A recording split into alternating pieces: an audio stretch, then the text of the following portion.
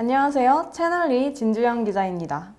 이번 시간에는 각종 감염 질환으로부터 인류를 구했다고 하는 바로 항생제에 대해서 알아보는 시간을 갖도록 하겠습니다. 오늘 약사분 한 분 모셨습니다. 안녕하세요. 네, 안녕하십니까. 네, 소개 한번 부탁드립니다. 저는 한국병원약사회 홍보위원으로 활동 중인 울산대학교 병원 정희진 약사입니다. 여러분들 항생제 한 번쯤 드셔보셨을 거예요. 저도 병원에서 종종 처방을 받곤 하는데요. 이 항생제가 인류에서 엄청난 약인 줄 알면서도 또 막 내성이 생긴다, 네, 많이 먹으면 안 좋다라는 말이 있잖아요. 그래서 조금 반신반의하면서 걱정되는 마음이 있었는데 오늘 콘텐츠에서는 바로 그 항생제에 대해서 낱낱이 파헤쳐보는 시간을 갖도록 하겠습니다. 지금부터 시작하겠습니다. 약사님, 그러면 이 항생제를 많이 복용하면 내성이 생긴다라는 말이 있는데 그럼 되도록 안 먹는 게 좋은 건지 어떤가요? 맞아요. 제 주위에도 항생제를 많이 먹으면 내성이 생긴다 이렇게 알고 계시는 분들이 많아가지고 항생제를 예를 들어 한 5일치를 처방받아 왔다. 그러면은 먹었다 안 먹었다 하든지 아니면 조금만 먹던지 아니면은 한 이틀만 먹고 나머지 3일은 안 먹던지 이렇게 하시는 분들이 많아요. 근데 아까도 말씀드렸던 것처럼 개인이 내성이 생기는 게 아니고 내성이 생긴 균에 감염이 되는 거라고 말씀드렸었잖아요. 네네. 그래서 약을 먹었다 안 먹었다 하거나 아니면 치료가 다 안 끝났는데 항생제를 그만 먹어버리면은 그 균한테 항생제에 적응할 기회를 주는 것밖에 안 돼요. 그래서 약간 균이 내성을 가진다는 것 자체가 약간 진화한다고 보시면 되거든요. 네. 어떤 거는 균이 있는데 항생제가 딱 만났을 때 어떤 균은 죽는데 이 균의 일부 중에서는 얘한테 대항하는 힘을 가지는 게 내성을 가지는 거기 때문에 항생제를 약간 속된 말로 깔짝깔짝 먹어버리면은 이 균한테 훈련시키는 결과밖에 안 돼요. 오히려 내성균이 생기는 그런 맞습니다. 부작용이 맞습니다. 일겠네요. 맞습니다. 그래서 항생제에 내성을 안 생기게 하려면은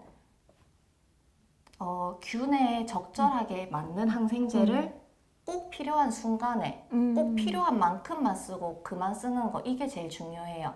근데 이거는 개인이 판단할 수 있는 게 아니고 항생제를 처방하는 의사 손에 달린 거기 때문에 그래서 나라나 전 세계에서는 그 항생제를 처방하는 의사들을 관리하려고 뭐 여러 가지 시스템을 만들고 규칙들을 만들고 하고 있습니다. 그래서 어쨌든 처방하는 의사가 아닌 그냥 처방하는 약을 받는 사람들 입장에서는 처방받은 약을 다 드시는 게 내성균을 안 생기게 하는 최선의 방법이에요. 그러면 이 항생제만 단독으로 있을 때 복용하는 기간, 뭐 적정 복용 기간이 뭐 따로 있나요? 아니면 뭐 병마다 다른 건지? 병마다 다릅니다. 병마다. 예를 들면 폐렴 같은 경우에는 뭐 1주에서 2주 이렇게 쓰기도 하고, 가장이라고 하긴 좀 그렇지만 흔히 알고 계시는 병 중에 결핵이 있는데 결핵에도 항생제를 써요. 그때는 한 거의 뭐 9개월, 12개월 이렇게 엄청 장기간도 씁니다. 그래서 질병마다 다르니까 나 저번에는 항생제 일주일밖에 안 먹었는데 이번에는 왜 3주치나 받아가야 돼요? 라고 질문을 하신다면 그거는 병이 다른 걸 수도 있고요. 아니면 병의 이런 중한 정도에 따라서 더 길게 쓸 수도 있고 그렇습니다. 그럼 항생제 보관할 때는 뭐 어떻게 보관을 하면 좋을까요, 약사님? 보통 애기들 항생제 시럽을 냉장 보관하는 약들이 많다 보니까 굳이 냉장 보관하세요라고 말씀을 안 드려도 그냥 알아서 냉장고에 다 넣는 분들이 있어요. 시럽으로도 또 나오나요? 네, 아이들용으로? 네, 맞아요. 시럽으로도 또 나와요. 시럽으로도 나오는데 보통 특별한 언급이 없으면 그냥 다 실온에 보관하시면 됩니다. 실온에 보관하시고 특별한 언급이 있는 것만 냉장고에 넣으시면 돼요. 만약에 또 이렇게 생각하시는 환자분들이 많은데 냉장고에 넣으면 신선하겠지 그러면서 무작정 냉장고에 넣어놓는 분들이 있는데 냉장고 안에 습기가 많잖아요. 막 성이 끼고 막 이러잖아요. 약은 건조한 게 최고거든요. 그래서 그런 냉장 보관하세요 말을 안 했는데 냉장고에 넣으면 습기도 차고 그리고 약에 따라서 냉장고에 넣으면 오히려 엄청 써지는 약들이 있어요. 어. 그러니까 무슨 말이 냉장 보관하세요라고 하는 양만 냉장고에 넣으시면 됩니다. 그렇구나. 그러면 감기에 걸렸을 때도 항생제를 가끔 이렇게 처방받더라고요. 그러면 이게 감기 바이러스에도 도움이 되는 건가요? 아니요. 이게 기자님 알고 계시는 것처럼 감기는 이제 바이러스 때문에 생기는 네. 질병인데요. 항생제는 세균을 잡는 질환이기 때문에 항생제로는 감기는 이제 치료를 할 수가 없습니다. 만약에 감기 증상이 있는데 항생제를 처방받았다 네. 그러면은 거기에 딸린 다른 증상들 때문에 항생제를 처방받았을 가능성이 커요. 그렇구나. 네, 약사님, 그럼 마지막으로 질문 드리겠습니다. 항생제를 보관해 놨다가 다시 임의로 제가 먹어도 될까요?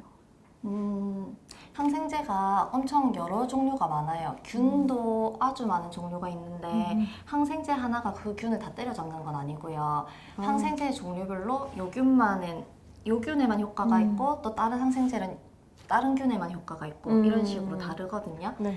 근데 예를 들면 내가 저번엔 A균에 감염이 됐어요. 막 기침이 나고 막 열이 나고 했어요. 그래서 항생제를 먹고 나았어요. 근데 지금도 똑같이 열이 나요. 네. 근데 지금은 A균이 아니라 B균에 감염돼서 그런 걸 수도 있거든요. 아, 그래서 증상이 있을 때마다 다시 가서 진료를 받고 원인균이 뭔지 찾고 거기에 따른 항생제를 새로 처방을 받으셔야 됩니다. 그럼 만약에 원인이 같다면 그 보관된 거를 뭐 먹어도 되는 건가요? 막 유효 기간이 있는 건지. 유효기간 있죠. 유효기간 예를 들면 약포지, 그 투명한 약포지 있죠? 네네. 거기에 쌓여져 있는 약이다. 그럼 한 6개월 정도는 복용이 가능하고요. 뭐 알루미늄 포장지 같이 따로따로 포장되어 있는 약들 있잖아요. 그걸 PTP 포장이라고 하는데 그렇게 톡톡톡 까먹을 수 있는 약들은 그 판마다 유효기간이 다 적혀 있어요. 그래서 그 안에 들어있는 지금 유효기간 안에 든다면은 그거는 그대로 복용하셔도 괜찮습니다. 네, 감사합니다. 자, 오늘 이렇게 항생제에 관해서 역사, 작용 원리, 복용법 등에 대해 알아봤고요. 이렇게 콘텐츠를 마무리하도록 하겠습니다. 혹시 더 하실 말씀 있으신가요? 전혀 없어요. 네, 오늘 정말 너무 감사드립니다. 그럼 여러분 유익하셨다면 좋아요, 구독 버튼 꼭꼭 눌러주시고요. 채널의 구호 외치면서 마무리하겠습니다. 하나, 둘, 셋. 건강하세요.